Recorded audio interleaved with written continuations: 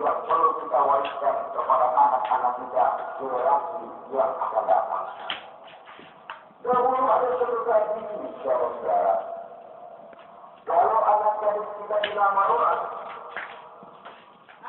perlu bertanya, anakmu mau melamar dari saya, apa sudah makan Quran berapa kali?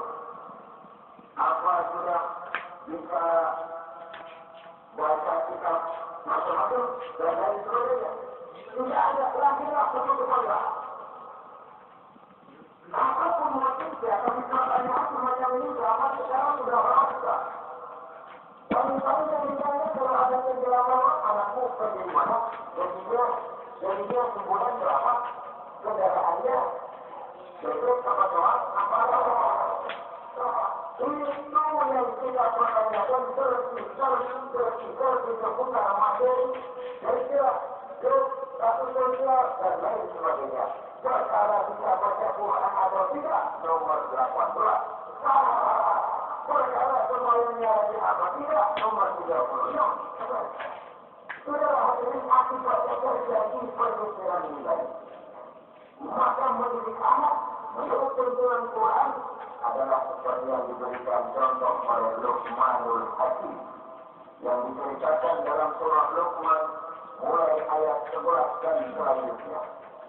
Apa pendidikan pertama yang harus kita berikan kepada anak? Pertama, ya bunayya la tusyrik billah. Wahai anakku, jangan sekali-kali engkau menyekutukan Allah. Jaga tauhid, pelihara iman, mantapkan akidah. Ini dasar yang pertama. Belum lagi anak mengenal berbagai macam disiplin ilmu, yang pertama ditanamkan tauhid. Ini yang mendasari kehidupan. Ini akan mewarnai dan menyewarkan dari kepribadian seseorang. Tentukan jiwa tauhid di dalam diri si anak.